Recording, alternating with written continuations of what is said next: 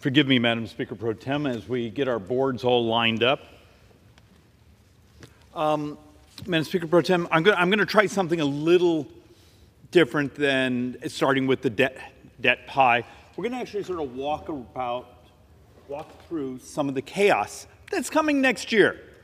So those of you who always hear the saying, hey, the next election is the most important election ever, what I'm going to walk you through is, yeah, it probably is, but let's walk through why. How many of you understand in December 2017, there was a tax reform bill? It was the first time in 30 plus years that the United States had updated its tax code. Now, within that, one of the basic principles is, what could you do to maximize economic growth? What could you do to make the United States competitive again? Do you remember before 2017 the number of organizations, corporations that were chartered in the United States that were saying, bye, we're going to Ireland, we're going to other parts of the world because the way we taxed international business and those things. So we found a way to make ourselves competitive. And I believe since then we haven't had a major organization, major corporation leave the United States. Could you imagine having gone into the pandemic if we hadn't done the tax reform in December 2017? But also I've tried in previous presentations to come here and talk about the morality of 2018, 19, even 20. We had the biggest movement of closing income inequality in America. It was actually some of the fastest in modern history of wages going up without inflation. If you love and care for people, particularly working people, particularly those who, as economists, the lowest quartiles of income, go back to 2018, go back to 2019, go back to the beginning of 2020, and understand the morality of having a revised tax code work. But here we are, and there's something coming next year we need to understand. Parts of that tax code changes expire.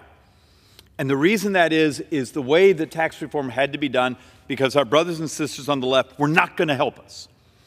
And you had this 1974 Budget Control Act that said, hey, you can go around the Senate 60-vote rule if it reduces spending within a certain set of rules. So it's called reconciliation. It's a little bit geeky.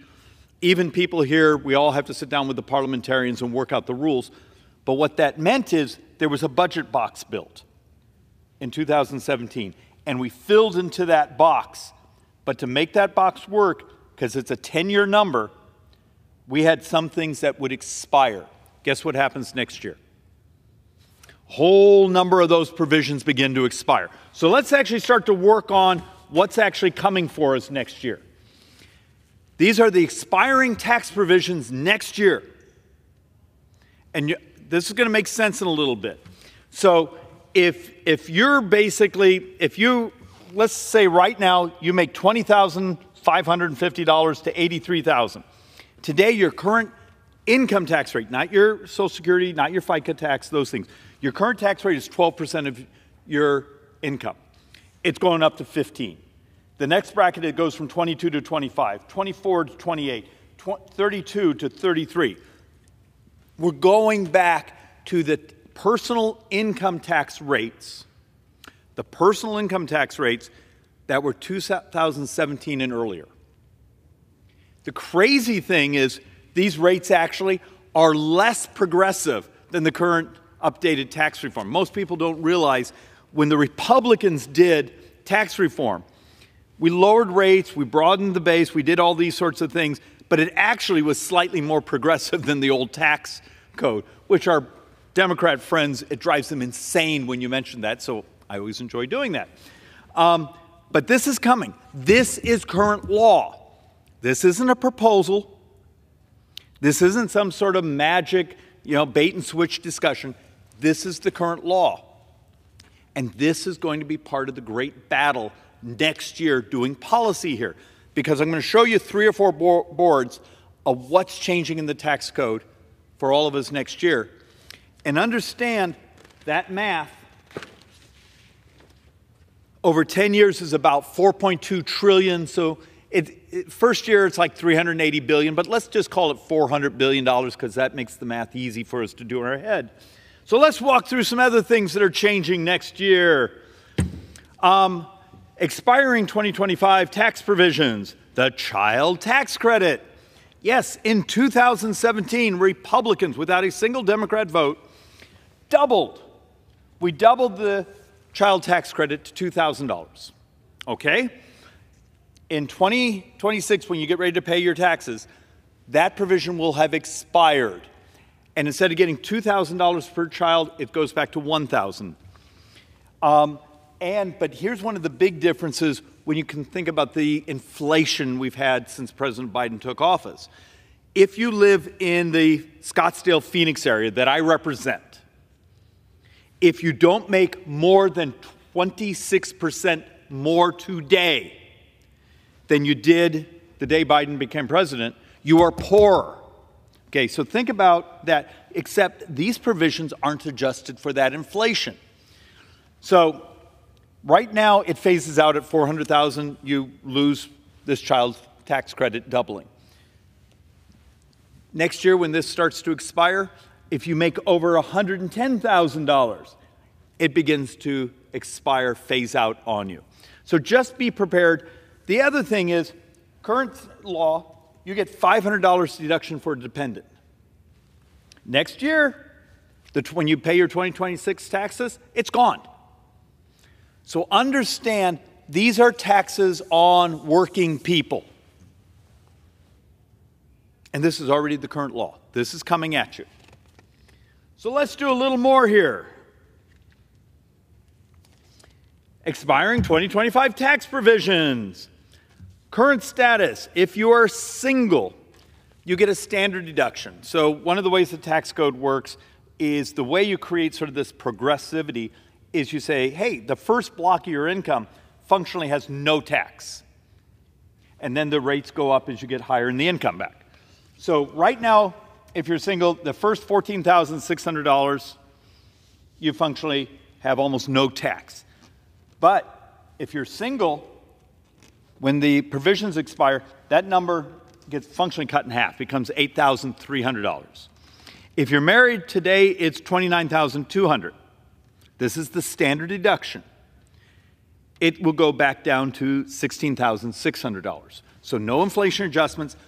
Your taxes are going up next year. Understand, this is the law. So understand what we're starting to discuss here is, what does Congress look like next year? What does the presidency look like next year? What is the need of the economy? What's the need of the debt and deficits? This actually becomes really interesting debate. At the same time, you're borrowing. Now, so we're going to walk through actually in a little bit some good news on the economy, some stabilizing news in the debt and deficits. But for a lot of Americans, they're already just stressed out of their mind. Once again, 26% inflation for my community and functioning the last three and a half years. What happens in that same environment when your taxes go up? So let's walk through a little bit more here. And I know talking about tax provisions is so exciting, but when you pay them, you understand why we wanted to get this ahead of the curve and explain to our brothers and sisters in America, this is the current law. This isn't a proposal. This is the law as it is. So another 2025 expiring tax provision. Currently, 100% of first year's bonus depreciation. Now, this has been starting to phase down, but you have a small business. You buy a piece of equipment, and I've done entire presentations on this. When we talk about research and development or expensing, you buy that piece of equipment so you can be better, faster, cheaper, and become more productive. And what are the two ways you pay workers more in America? And actually, in all economics. Inflation, well, okay, I raise your salary because of inflation. That bought you what? Nothing. Productivity. you are making more stuff better, faster, cheaper, your wages go up. That's real gain. The idea behind the depreciation on both research and development and expensing was, if I can get that business to buy a piece of equipment where they're more productive, they can pay their workers more. In the coming weeks, I'm going to come here and show that some of the tax cuts that were given to business after 2017, the vast majority of that actually went to wages. It was wage growth. And when you raise those taxes, you got to accept you will flatten out wage growth over the coming decade. But this is one of our biggest frustrations right now, because this has been phasing down 20% each year for 5 years. Okay, what's depreciation? You bought that piece of equipment. The government gets what in tax receipts? If you depreciate it over 7 years, 5 years, you get to depreciate it off your taxes, right? If you depreciate it in 1 year, you get to depreciate it off your taxes. It's a timing effect. Government still gets functionally the same taxes. The difference is when you have to do it over time, you, the business owner, had to find a way to finance that piece of equipment over those years until you got the tax benefit and you could use that tax benefit. That's one of the reasons productivity has become stale in America, is because this isn't really a tax cut. I would argue it's a timing. There's also some really interesting economic data that the expensing and the research and development expensing may have represented almost half of the economic growth after the tax reform. Think about that, because it created a productivity capital cycle. And in a world right now where we are 7 years later after TCJA, the tax reform, where you now have AI, now you have robotics, other things, there's an argument that that productivity cycle, by being able to invest in capital equipment, could even be steeper, meaning your wages go up. We actually passed a short-term, couple years extension of this, got it through the House, it was even bipartisan, and it's been sitting in the Senate for months. It shows you how perverse this thing is around here, when even the things that grow the economy and grow your wages and functionally have almost no cost to tax receipts, we can't even get through here. So let's actually walk through, what do these tax provisions expiring mean to the people of my community? All right, let's do some math. First one, and sorry, some of the phrasing over here is a little awkward. It should almost reverse the saying. Expiring tax provisions in the from 2025. Right now, per child, when you get the tax credit per child, that's about $750 or $753. That's going away. So you remember, it's getting cut in half. So you're going to lose that. All right, let's do the next one. Expiring 2025 tax provision. What does this mean to someone that lives in my congressional district? Before we do this, I think I need to have a moment of honesty. I represent a fairly prosperous district. I represent an incredibly well-educated district. I represent Phoenix, Scottsdale, Fountain Hills, Carefree Cave Creek, Town of Paradise Valley, North Central Phoenix. If you live in my district, you probably likely have a college degree, or you work your heart out. It's an aspirational district. So I have to accept I'm going to have higher numbers than a lot of the other districts in the Southwest. But think about this. Just the income tax provision. We're not talking about all the other credits that are expiring. Just the income tax increase for the average family, and this is typically, we model this as a family of 4. Your taxes are going up $2,541. If you live in the Phoenix, Scottsdale, Congressional District 1 in Arizona, are you ready for $2,541? And the punchline even gets uglier. And that's just on the income tax portion, not the tax credit portion. Okay? So we added it up to figured out if we remove all the tax credits and everything else that are expiring in the 2025 year, here's our grand total.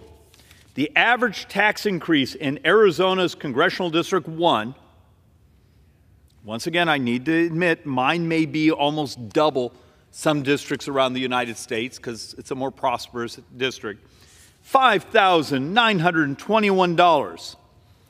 Congratulations. This is what is coming at you next year. Top this on the 26% inflation that have been in my community. You're getting your head kicked in next year. Start thinking about that's what this election is, just in prosperity, just an opportunity, just your ability to save for your retirement. You know, someone like myself, I have young kids. Don't laugh at me. And my wife is the same age as I am. Look, we're incredibly blessed. And look, we've done okay in life. And we freak out on just trying to figure out how we set aside money for the retirement. Excuse me, my retirement, their education. This ain't going to help. And this is the current law. This is what is coming at you. Understand what's at stake. So I need you to see, here's almost $400 billion just after the expirations in new taxes coming in. Over $4.2 trillion over the 10 years. In the same time, I have a society that's getting older very fast. I have a government that's basically buying love from what the Democrats did here in the first 2 years of the Biden administration, where they're subsidizing businesses and all those things to a couple $1 trillion. And you stack that on top of each other, and you start to understand, how do we do this? What do we have to do policy-wise so your taxes do not go up? You keep the economy growing, and you don't grow the debt anymore. You see the puzzle that I'm throwing at you? And we're going to make an argument, and I've been doing this slowly on the floor, trying to roll out this concept. If you're going to think about the tax expirations, the tax cut expirations, if you're going to think about it as binary, just saying, well, just extend them, okay? Now, that's about a $400 billion hit on projected borrowing, okay? So come over here. Do you raise corporate taxes? Because C corporations, their tax cuts are locked into the code. Well, you just slowed down the economy. How about we do some other things? Instead of making it sort of binary about the tax code, why not change government? Why not make government dramatically less expensive? We've done multiple presentations. I'm going to do more in the coming weeks on revolutions you could have by adopting technology to reduce the cost of healthcare. Joint Economic Committee, our economists on the Republican side, we're going to issue a report in the next couple of weeks, probably going to get my head kicked in. But we're going to walk through a series of things you could do to dramatically reduce the cost of health care.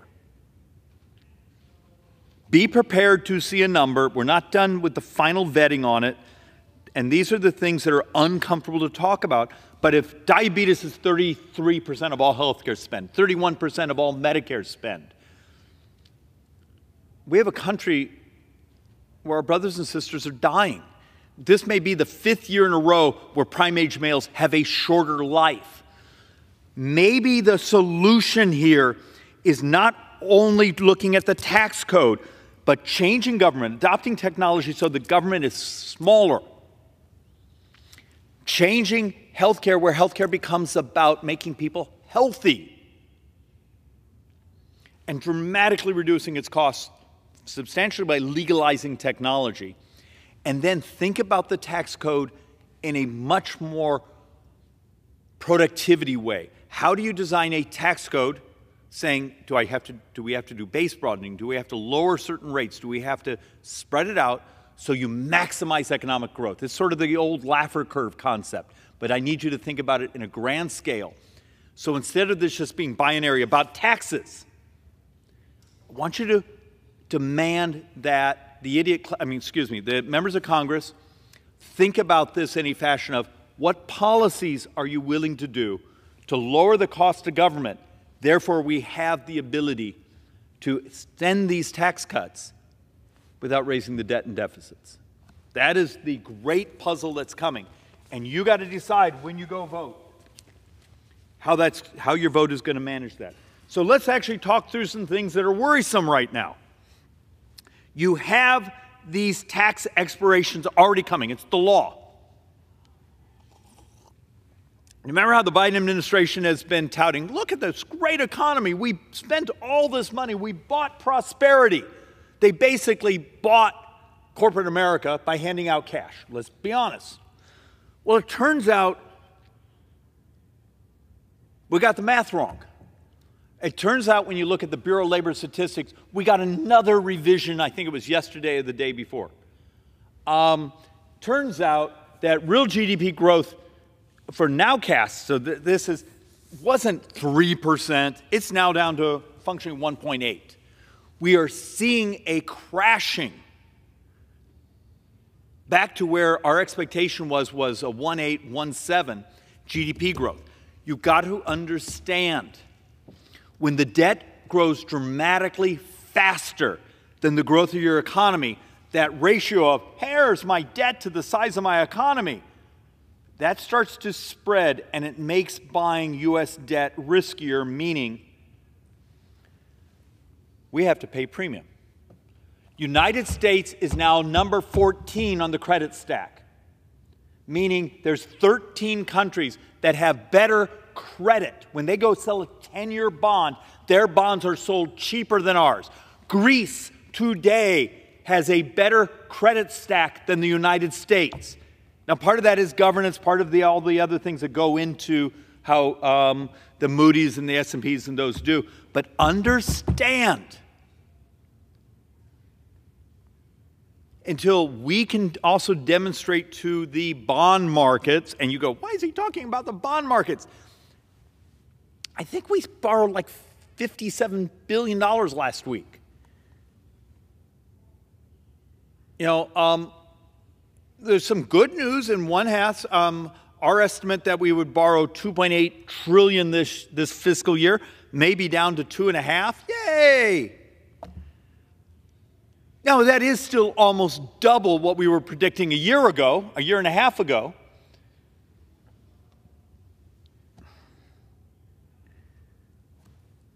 And now when you see the size of the economy starting to flatten out, is anyone other than myself getting nervous? So let's dive into this. And look, I would suggest to anyone who wants to geek out with me, there's an app. Go grab your phone. Atlanta Fed has something called GDP Now. A couple others have Nowcast. They all model it differently. One looks at expected, one looks at actual data. But this is from the Atlanta Fed. I want you to notice something. Atlanta Fed was way up here at 4%. Yes, you had the White House, you had the Democrats just, hey, look what, you can actually, Keynesian economics works. You can buy prosperity by borrowing stunning amounts of money. Boom! That number's fallen off the cliff. Turns out at a certain point, the sugar high of spending, and just because I care about this, so if no one wants to hear it, there's sort of this allocation theory. And this is one of the splits between Republicans and Democrats. You every once in a while hear Democrats go, well, they believe in supply side. Understand what that means. If you give someone a tax break, the benefits of that go to where it gets the highest yield, the most productivity.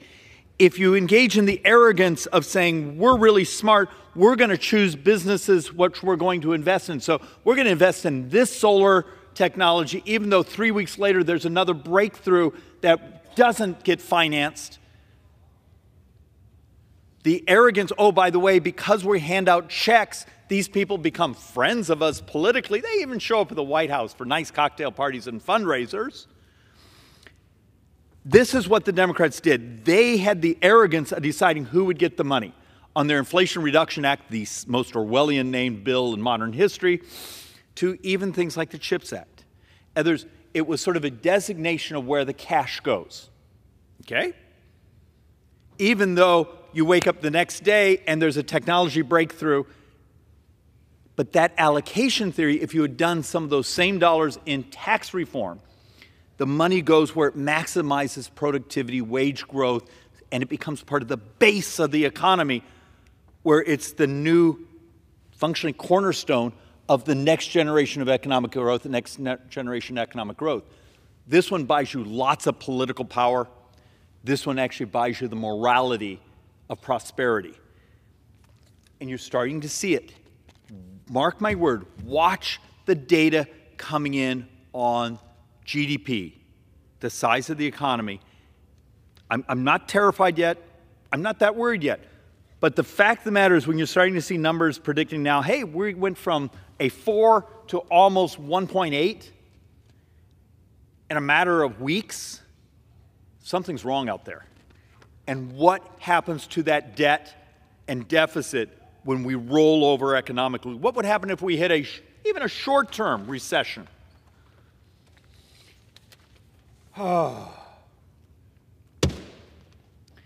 And this is one of the other great frauds around here. In my time here, I have never seen revisions in the economic data like we've been seeing this last several months. I mean, revisions where you get this great headline, everyone applauds, hey, Keynesian economics, managed economy, industrial planning, it works, you see here? And then they don't mention that 6 weeks later those numbers are being revised way down because you got your political pop already. We're actually in some of the revisions, the fourth quarter wage and salaries, we had to revise down again another 73 billion. Now, some of this is there's sampling error. There's actually some complications. This isn't a conspiracy. It's just, turns out the economy is different today than it was before the pandemic. Number of people working home, this and that, the way we sample. We have to modernize our data. Turns out, this may explain why tax receipts aren't where the size of the economy should be. At the same time, you know, we're trying to figure out why the growth of the debt and deficits when we keep being told how great the economy is. Now that it starts to roll over on us, we start to understand. Okay, just a couple other geeky things. Over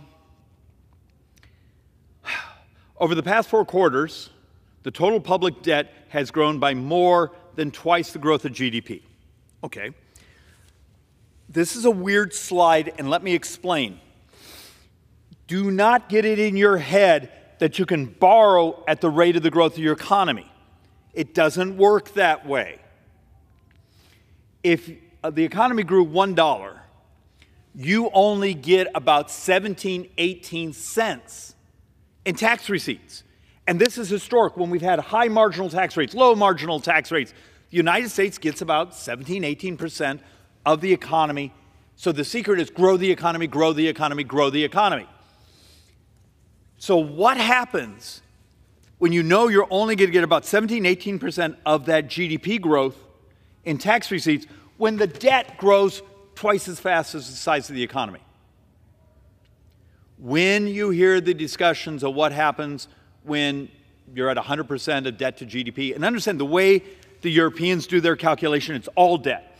The United States, if you do our gross debt, that is the borrowing from our trust funds, which we have to pay interest on, we have to pay it back, we're over 120% of debt to GDP. In one calculation, we're at 140% of debt to GDP. If you do just borrowing from the public, which now you're subject to the bond market being in charge of your government, we're just shy of 100% of debt to GDP.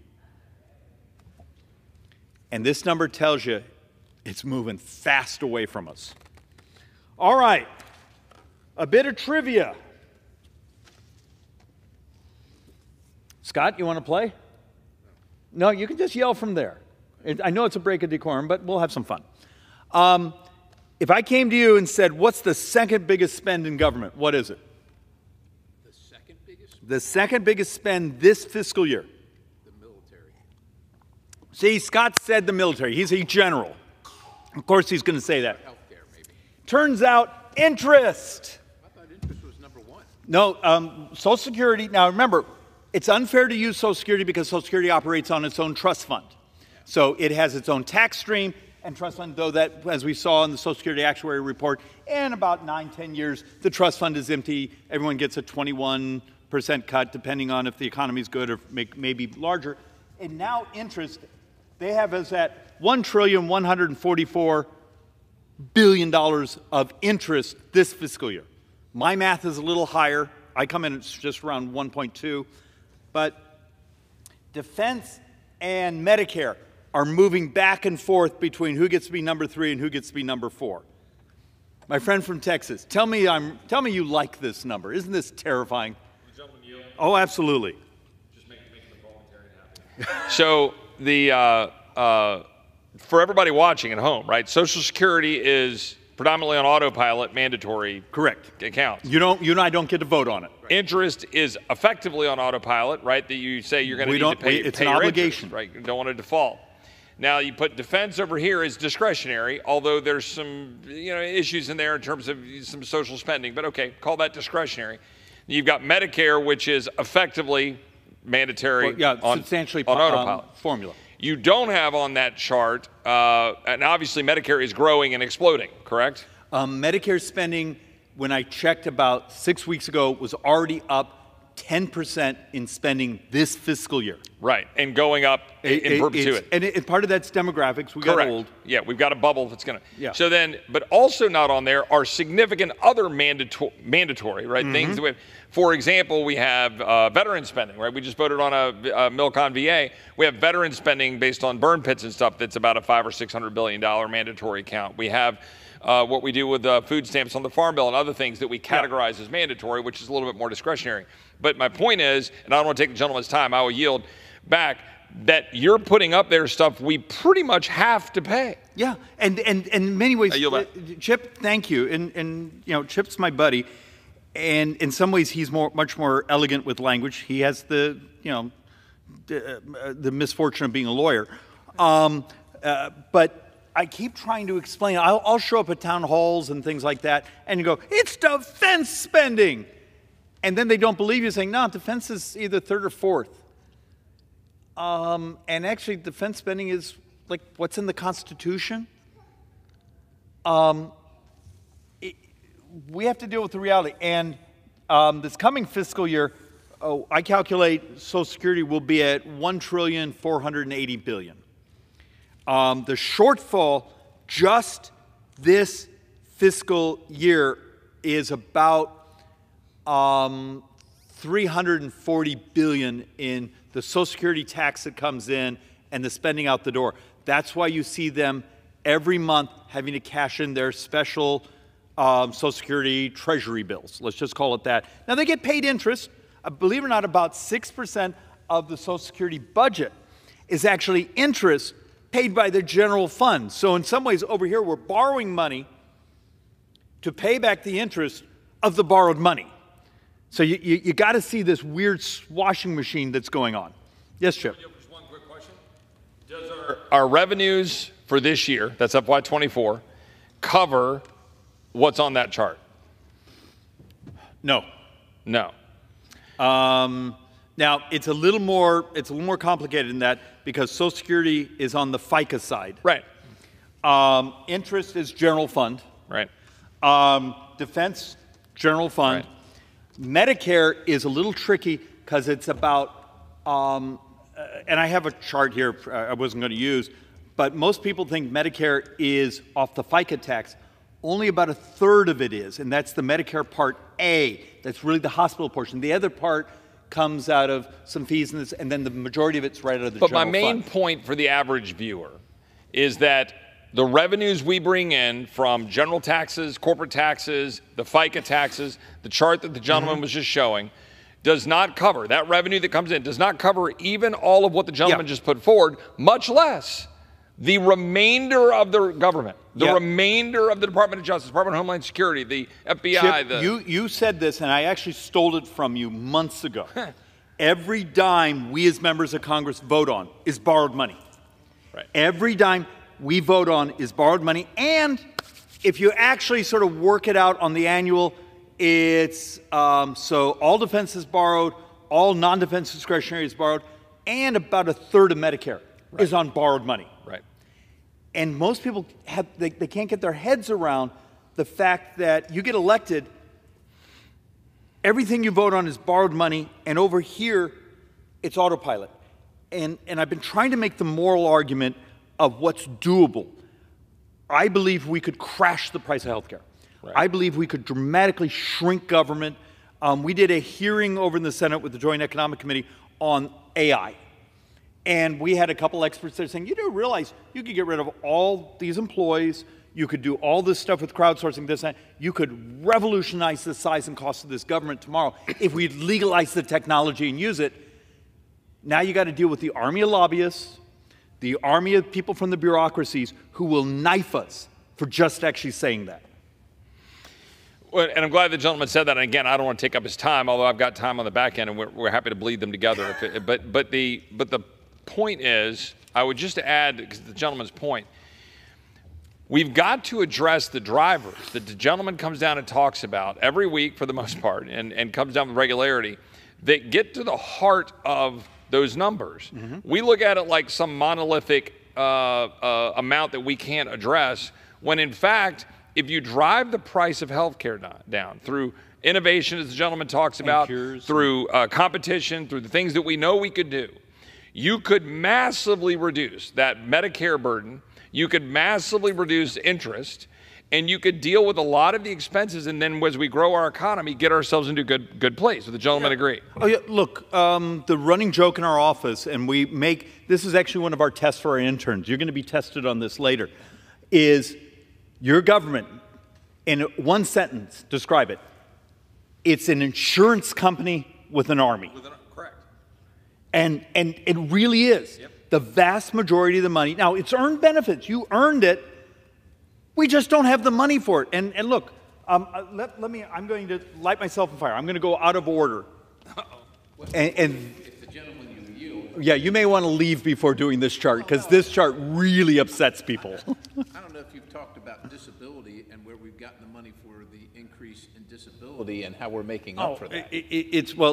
And what the growth of that number looks like, and what the plan for the future is. It's more complicated, and you just say, I have to do about a half-an-hour presentation to talk about, because it's more than just the disability payments that are part of Social Security, SSI. Yeah, where do you get the money? That's coming out of part of the FICA tax. But it's the labor force participation. When you create incentives in society not to be part of society, you lose all sorts of things. So, all right, let's do this slightly out of order. And I was going to do this slide to talk about the scale of what you and I have to deal with. What happens in a society when you functionally finance people being sick? Let's be brutal. We should do some fairly revolutionary things in the Farm Bill, because we give people money to go buy onion rings. Right. I would say that's immoral. When obesity is almost half of healthcare costs. I have a slide that shows the Milken Institute study from a couple of years ago. It's 47% of all healthcare spent in the country. We're dying. And then we have this other issue. We're not having children. This last year, fertility rates in the United States collapsed under to 1.62, meaning France has more children than we do. You tell me how we finance things like Social Security, Medicare, and these things, which are pay-as-you-go. You know, today's taxpayers sort of paying the benefits of today's retirees. That's the way it was designed, because we always expect population stability. In 15 years, this country has more deaths than births. We're having the 5th year in a row where prime-age males are dying younger. A child born today is estimated, particularly a male child born today, is estimated to have a shorter life expectancy than you and I. There's something incredibly immoral happening, and I would say it's our own policies. We've incentivized leaving the workforce. We finance unhealthy living. We do a number of things where we've indemnified being alive, being healthy, being part of society. It's immoral what we've done under policy, and most of it is policies that have been brought to us by that side. We make the sin of continuing it. And look, here is the punchline, and this punchline is really uncomfortable, and you may all want to run away from me because I'm an idiot. I'm willing to tell the truth. The average family, you're going to get back your Social Security money and about a $72,000 spiff for the average couple, which is a crap rate of return. And it is, most people don't realize that your Social Security payment is actually progressive. If you were at the lower end, you get a decent rate of return. If you were at the higher end, you actually get you get a substantially negative rate of return. But for every dollar you paid when you paid your FICA taxes for Medicare, we now calculate you get $5 to $6 back. This right here, right, and the financing cost of that is the primary driver of U.S. debt. And I've been booed. I've had someone throw something at me. I've had a woman stand on her chair, scream at me. She wants every dime. That's fine. It's an earned benefit. You earned it. My argument is we need to think more like revolutionaries. Legalize the technology. Do the financing, the cures, the very things where we could crash the price of healthcare and have a healthier and more moral society, maybe with family formation, maybe where young working men aren't dying younger. Maybe where obesity isn't killing off substantial portions of society. It's moral. And I need us to think much more complex, because complex problems, the terrible thing, often require complex solutions. And I don't know if this place is capable of thinking of complexity. Would the gentleman yield? Absolutely. Would the gentleman agree that the fundamental obstacle to achieving what the gentleman just outlined, which has a lot of complexities in it, but we have a plan. We need to go through, we have a plan. Go through committees, figure out the work, tough work, do it. Would the gentleman agree the primary obstacle to that is, and I'm going to use this term broadly, the buildup of, the gentleman referenced K Street and the army of lobbyists, the sort of corporatification of all things that we do, meaning healthcare is driven predominantly by whatever the massive corporations, pharmaceuticals, hospital, pharma. Not, again, my life got saved by great innovation in pharmaceuticals when I had cancer. Remember what you went through? I'm for it, okay? But the corporatification, the corporate cronyism, the extent to which you've got these massive entities, including, by the way, those that are driving our food supply, those that are prohibiting the ability for us to have, and all the regulations prohibiting small farms and small meat packing plants, the stuff to have local produce and local foods so that you can eat healthy and have health care with a doctor locally. It's the massive corporate interests that come here lobbying for benefits, tax breaks, that, by the way, are going to be front and center among Republicans when everybody says we must go back and put back in place all of the tax benefits, which some of which are good. The gentleman was talking about them earlier. But does the gentleman agree that there's some of those are part of the problem? Okay. This is going to be probably the first time you've ever heard this. Uh-oh. I don't think you're cynical enough. That's actually very funny if those of us who know Chip. We've actually created a motto in our office, money, power, vanity, but most of the time it's about the money. I would argue that Congress has become substantially a protection racket. We protect incumbent bureaucracies. We protect incumbent business models. And when someone comes to us and says, hey, I have this thing you can blow into, and boom, it will tell you have the flu and can bounce off your medical records and order your antivirals, and Lyft can drop it off in 2 hours, which that technology exists, we'll find a way to make that illegal. We'll make it so it can't be reimbursed. It's illegal for the algorithm to write a prescription, those sorts of things. There is a revolution of technology around us where we can make our life so much easier. You and your family could have more time, and we could crash the debt and deficits, and young people don't have to live poorer than their parents, because that's what the math says. This will be the first generation coming up right now that will be economically more disadvantaged to their parents. That is immoral. And we can stop it, but we have to think disruptively. And look, this is maybe I'm a little bit of a utopian on some of this stuff. The Democrats, all their taxes, you get about 1.5% of GDP when you do economic effects. I've offered some pretty brutal amendments here, which are never going to pass, on cutting spending in non-defense discretionary. I can get, if you let me have everything, I can get 1% of non-defense discretionary. Okay, 2.5%. The run rate this year, we're burning, now I think it's going to go down near the ending of the last quarter of this year, but we're burning 8-9% of GDP in borrowing. Here's my problem. If you're borrowing like 8% of GDP, and everyone's proposal here, because this is our campaign talking points, is down here, we have to revolutionize policy. And there's our problem, because there'll be an army of people in the hallways here really cranky at us, because we're forcing them to compete, have a vibrant economy, bring technology and disruption and productivity to market. And it means they have to change their business models. The bureaucracies have to actually be, in many ways, replaced with technology. So will the gentleman yield? So if you're talking about crashing the cost, to be clear, crashing the cost of healthcare. So you're talking about government bringing down substantially, almost cataclysmically. No, don't use the word like that. Okay. Just morally. That's fine, but substantially. I'm trying to, the magnitude. Well, that money is going somewhere right now. Yeah. Well, where that's going, those folks want that money. Oh, yeah. Well, yeah, of course. And so how much of that is on borrowed money right now? It's all borrowed. It's all borrowed money. It's all borrowed money. So who's going to be unhappy if we do that?